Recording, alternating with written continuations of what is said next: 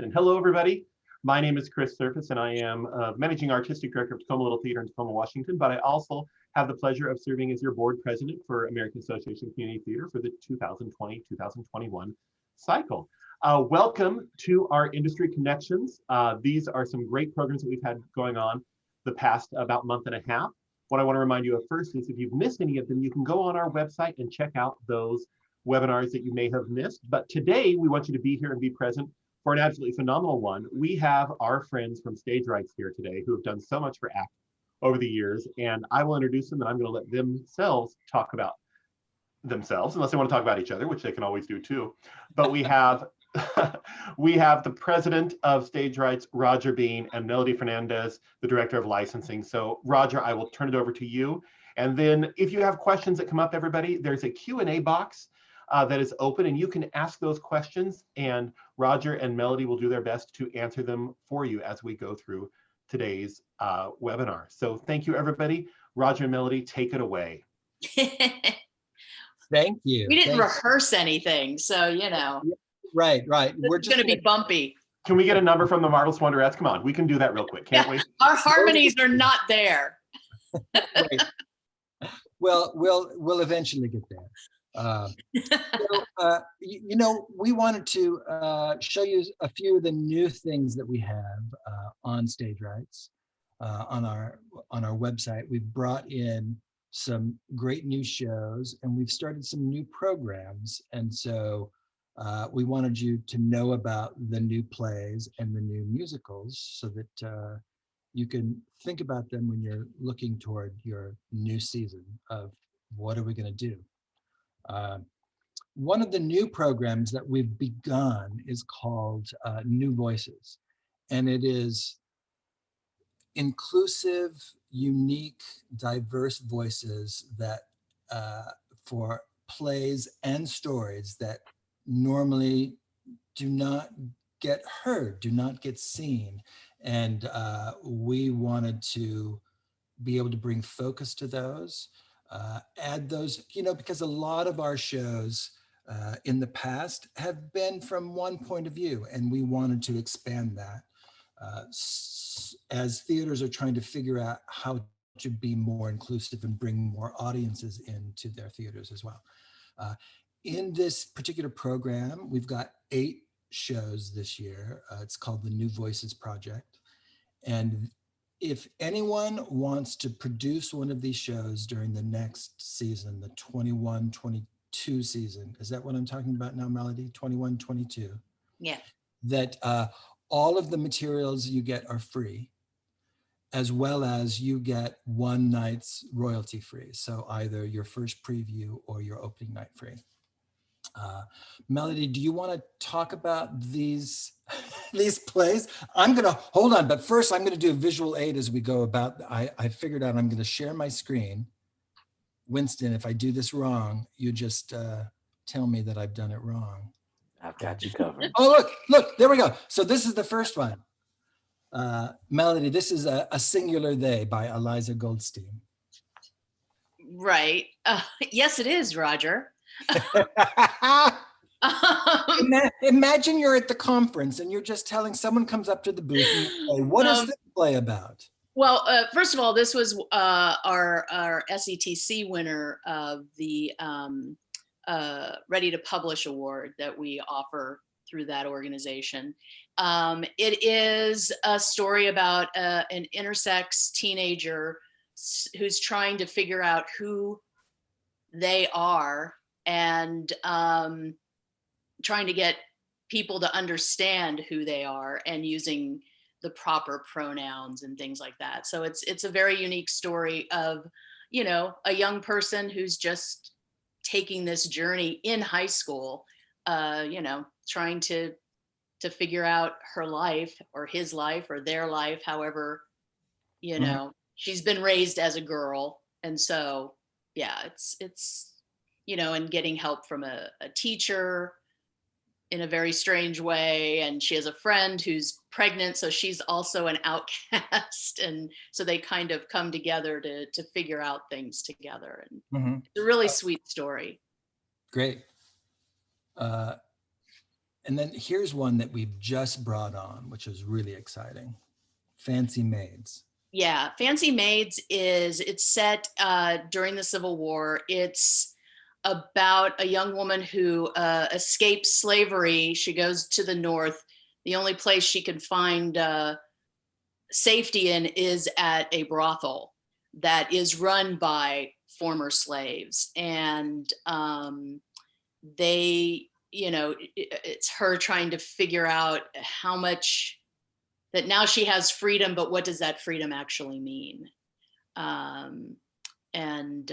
It's it also, in a weird way, it speaks to today. It speaks to the Me Too movement. How far is a man allowed to go with a woman, whether he's paying for it or not, that sort of thing. So, but yeah, it's great storytelling, and it's a good story. It's a great play. Oh, great. Oh, am I saying enough? I don't know. Am I saying absolutely? You're absolutely saying just the right amount of things. I have my cheat sheet. Ghetto Babylon. This is a fun story. It deals with teenagers. It's about a young man who lives in the Bronx, and he loves playing baseball, and he has his own little team, but at the same time, he loves to read. He's trying to educate himself because he's trying to move forward, as opposed to staying in the same place like the rest of his family has done. And he's afraid that if he tells people that he has been accepted to this very prestigious school, that he will be ostracized, or that they'll think he's being a snob. And so now he has to make the decision: do I stay where I'm at, or do I help myself and move forward? But yeah, a little slice of life. And yeah, that's a great play. Hey, Melody, before we move on to the next one, can you give us an idea of the cast sizes, if you have them off the top of your head, as we go through these? That's a request that's come through.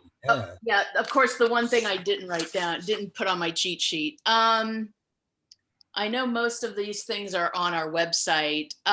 They range anywhere from usually, I think, 4 to 6, maybe, or 4 to 8, depending on the story. I can tell you a singular they is 1 female, 1 male, and 1 non-binary. Fancy Maids is 5 females and 4 males. No, I thought it was 2 males.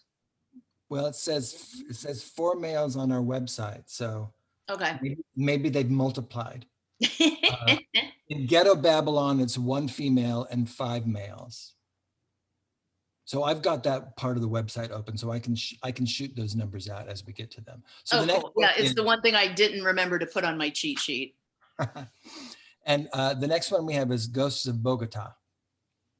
This is a sort of family drama comedy. It's about 3 siblings who, raised in the States, but they have to go back to Colombia to bury a grandfather who, as they're reliving everything, going back to his house, they realize they have all been abused by him, and he spent his life apparently abusing many of the family members, and people just sort of accepted it, that's how he is. And now they're trying to deal with that, as well as decide if you say the final goodbye in a good way, or you let it go, or do you hang on to those feelings and that anger and that hatred. And I love this show because it's done bilingually, so it's both in English and Spanish. When they're in Colombia, many of the people, of course, speak only Spanish. The 3 main characters are not super fluent, but they do speak some Spanish. But yeah, that does make it really interesting. That has a cast of 3 female, 2 male, and 1 which is flexible. Right, because it can either be a person, or it could be a puppet. It's a Jesus head in a jar, which was something that the grandfather had kept. Like you do. Everyone has a genie's head in the jar. The next one is The Girl Who Would Be King. This is great. It seems like it would be a children's show, but it really isn't. It's about a young, well, she should be a princess, but her father decided to raise her as a boy because he knows that she would be the next in line when the king dies, and he didn't have a son, so he raises her as a prince so she can take over. And as she's growing up, she starts to realize that this is really who she is. She's not a female, she feels more male, and even though as it goes on, they try to get her to then come out, so to speak, but she really does identify as being male. And so it's a beautiful sort of a trans love story that's told in a very fairy tale kind of way. So it's sort of magical as well. And that has 5 and 5 in the cast, 5 females, 5 males. Yeah, and the 3 and 2 I was thinking of was from Bogota. It wasn't Fancy Maids. I got those two confused. And then we have Kingdom. Kingdom is about an older gay couple coming to terms with their relationship as their young son is also coming to terms with his own sexuality and his relationship, and the person he is in a relationship with is kind of hiding because he's a famous person.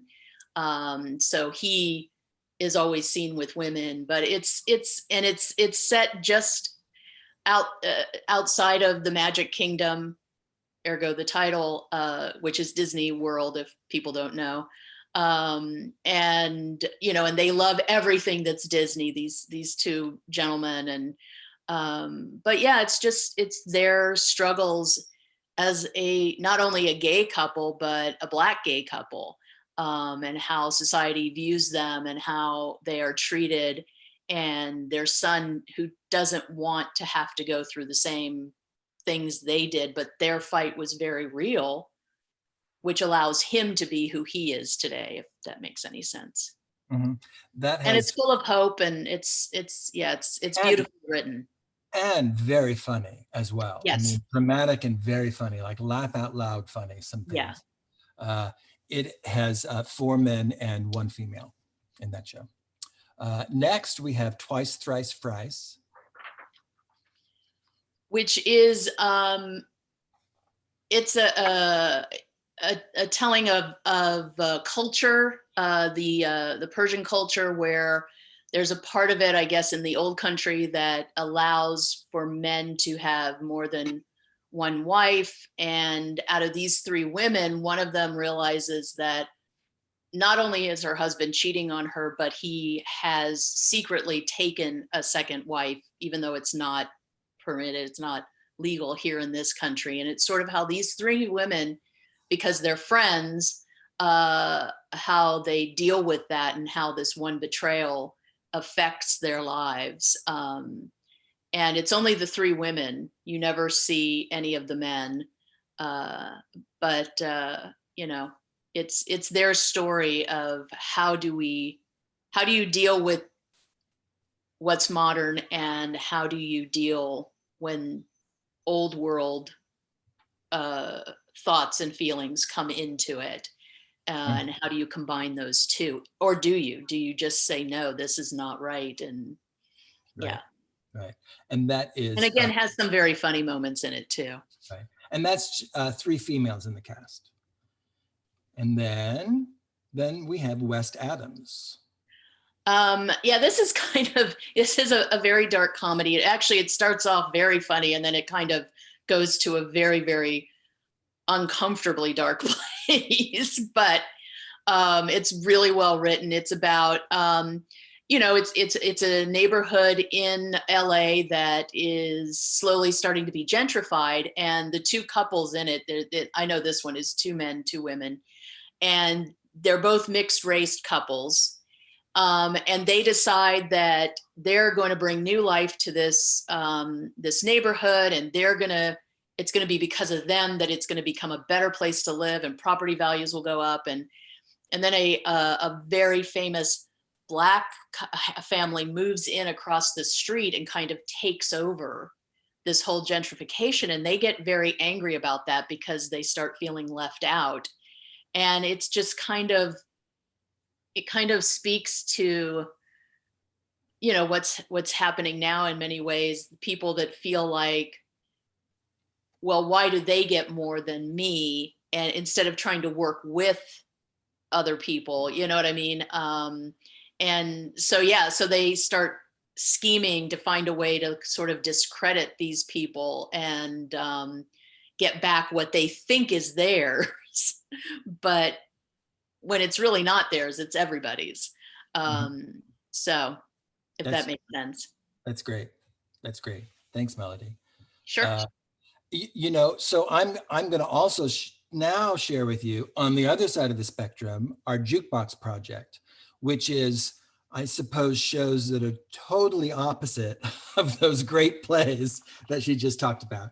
And but they're great musicals. They're great musicals. But what they are is, these are shows that were created and are going straight into licensing. And there are 4 of them that are in the program this year. And if it's successful, we will have even more next year that we are commissioning. And you will also, if you produce those during the next season, you will be able to get free rehearsal materials, as well as opening night free royalties that we'll provide.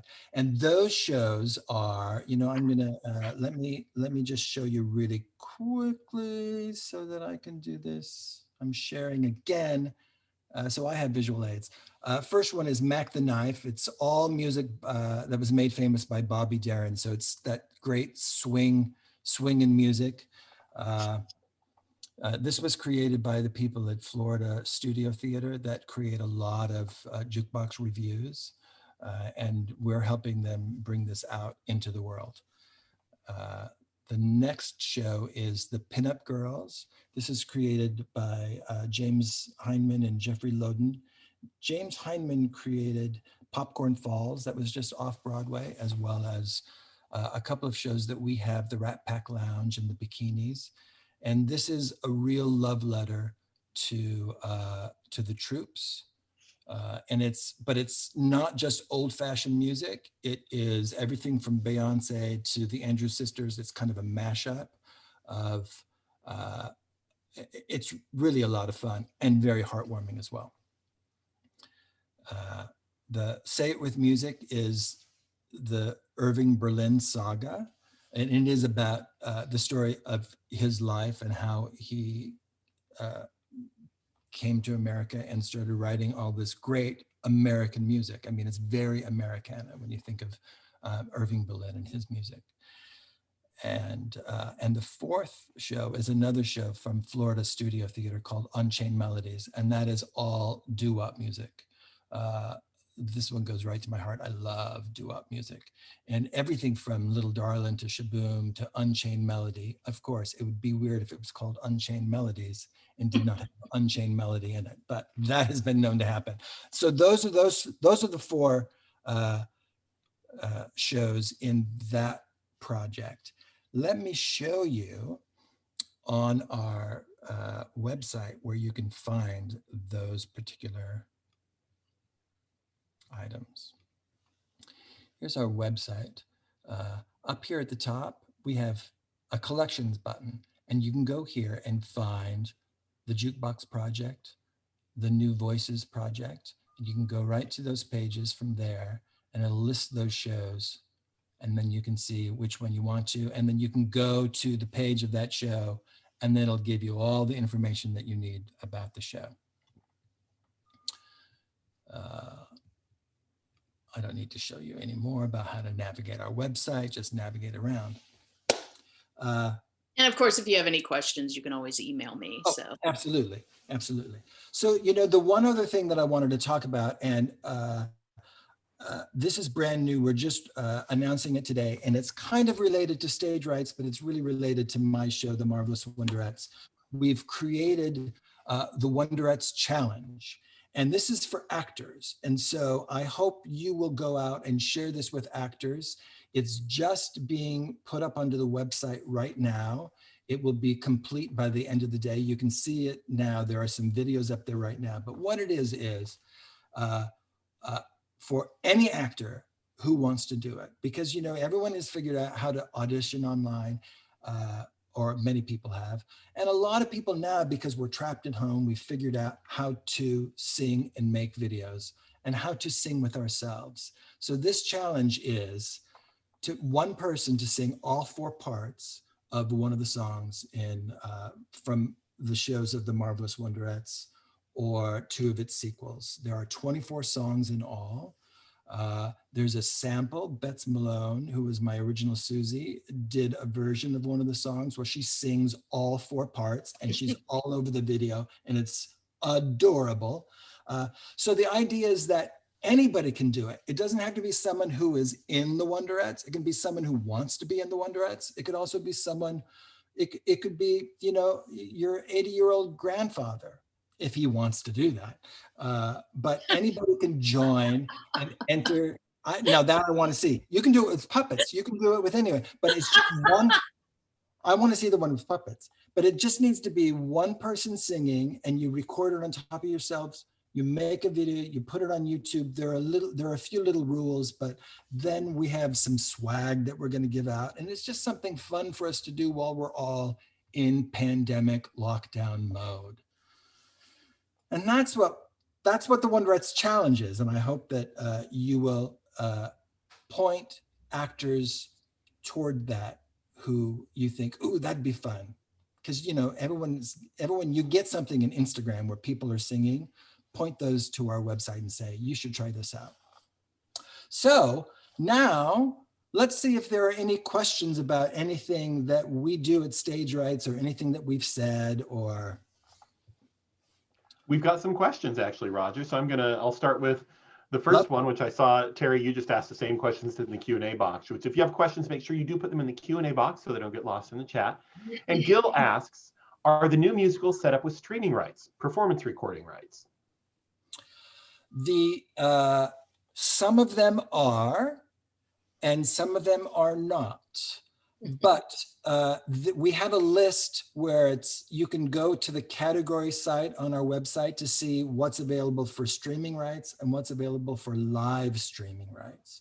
Some of the jukebox shows can only have live streaming because it can't actually be put on tape. But if it's live streaming, it's a live performance and it's ephemeral and it disappears into the ether. So that's with or without an audience. And just so you know, I know with the Wonderettes, there's audience participation, and what many of our groups that have already done this, they use their director, they use, one of the camera guys, they just use the people that are a part of their bubble as the people that they would normally bring up from the audience. Right. So you can make it work. We've seen that one. A lot of different ways. Yeah. That's wonderful. And I'm going to put a shout out too, as we were talking about virtual and also you've got that great virtual collection tab on your website too, of shows that were designed specifically for Zoom. So if people are looking for some good virtual options, they've got you taken care of there. Yes, thank you. Our next question is from Dan, and that's, are perusals available for the 4 new jukebox shows? They are. And I hope that they are connected.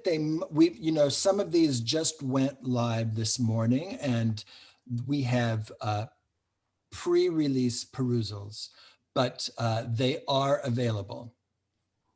They are. I checked them all. Oh, great. Oh, she did it. She's on it. They're available. Click the button, and they're there. It's like you two are a good team or something. I'm right on top of it. Roger, we have a pat on the back, I think, for Stage Rights, and this is from Joel.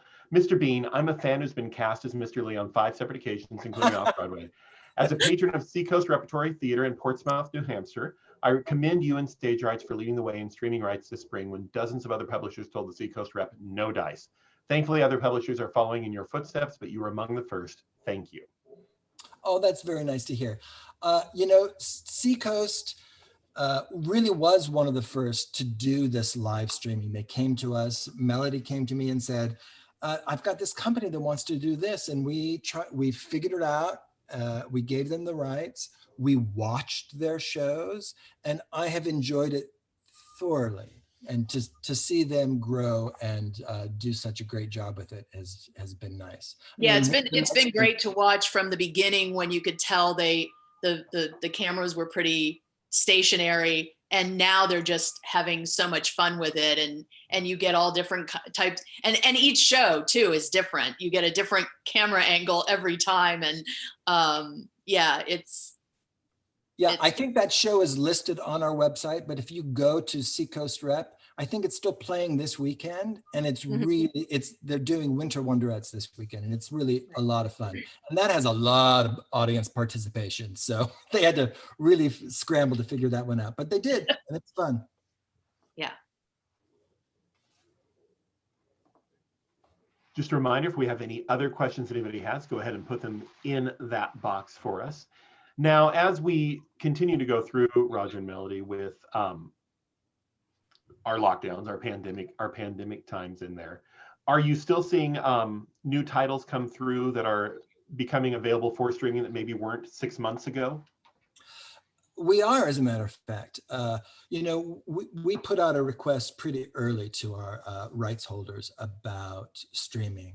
And then we got a lot of answers right away, but then we've been able to go back and get new answers. And because some people hesitated at first, but then as this thing kind of kept going, they said, wait a minute, we need to participate and we can see how it's being done safely and done well. So we do have new shows coming online that are available for streaming all the time. So our list continues to grow.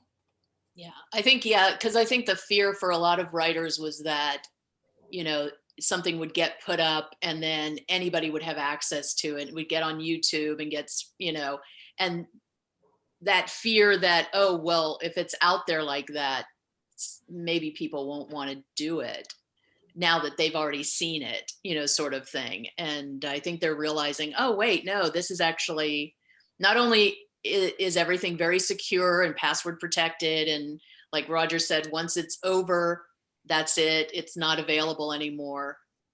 But also that it's good advertisement for their show. Oh, that group did this amazing job with it. Who else out there will want to do my show now? And so it's good PR as well. That's wonderful. It's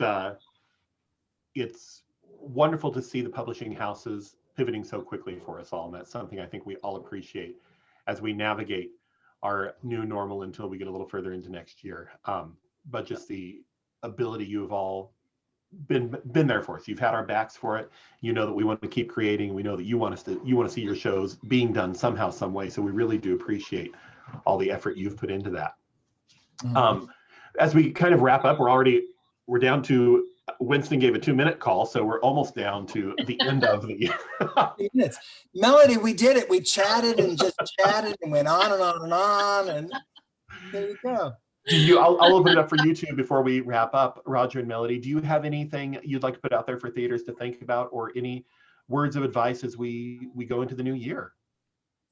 Well, I will just say that, anyone who applies for a show does work with Melody, and she's very accommodating. So one of the things that you just want to do is, if you don't know if something is available, if you don't know if it's possible to do it in a certain way, just ask. A lot of Melody will go to authors and say, they want to do this with 20 people. Is that allowed? And she just needs to get a yes or a no. And you'll never know unless you ask. Right. And occasionally, I get fewer no's actually these days than I have in the past. And so, it's always better to ask. And I'm more than willing to bug an author until they, say, okay, all right. Yeah. But yeah, if you have a crazy idea, just ask us about it, because it's very possible that it is doable. So if you have an idea for doing one of our shows in a different way, just give us an ask and we'll find out if it's possible. Wonderful, wonderful, wonderful. Yeah. And also, and just be brave, be willing to, try these new shows that are more diverse and are speaking to more of what's happening today in our country. And, it'll pay off. I know it will. They're all beautifully written, and, yeah, just take a chance. Now's the time, I feel. Right. We have one quick comment from Jason. Jason, the Wonderette streaming code, he was asking Roger if you could repeat that, which I'm guessing that relate to the contest. Well, it's not a streaming code, but it's at Seacoast Repertory Theater in New Hampshire. And they're playing this weekend. If you go to our website and you click on upcoming productions, find a show, it's listed there under view list. You'll see all the shows, and you can go to that website, and then it'll give you instructions on what to do. And thank you for click having on the such name of the theater, and it'll take you to their website. And thank you for having such an easy website to navigate. Yours is one of the nice ones to go through. That's so nice to hear. We're working on it all the time. I've seen the changes and they're great. Oh, I really appreciate that, because we're always in there tinkering away saying, what can we do to make it better? So it's nice to hear. Thank you. Roger and Melody, on behalf of ACT and everybody who's here today and everybody who will watch it later, we want to thank you so much and your entire team at Stage Rights for helping theater thrive in our country. We really do appreciate it and everything you do for us both here and behind the scenes to make things smooth. So thank you. Send our thanks and our happy holidays to your team. For everybody else, we want to remind you that we do have our last webinar coming up tomorrow for the year on Thursday, December 17th. That's Yes and Now What, which is Improve Your Improv, taught by Jessica Elwell. You can still register for that if you go to our website. We also have some roundtables coming up before the end of the year. We have next Tuesday, Paid Staff Theaters Open Topic, and then Tuesday the 29th, Theaters with No Owned, Leased, or Performance Space. So you can find those registration details along with a lot of other great information on the AACT.org website. Unless I'm forgetting anything, which I'm sure Winston will tell me if I am, we want to thank you all for being with us today for this wonderful sit down with Stage Rights. We want to wish you all a happy holidays. And look, there is our reindeer back. It's Roger the reindeer. Looking good, Roger. Thank you. Thanks, Melody. Thank you. Thank you, everybody. Happy holidays. And we will see you soon. Happy holidays, everybody. Be safe. Bye-bye.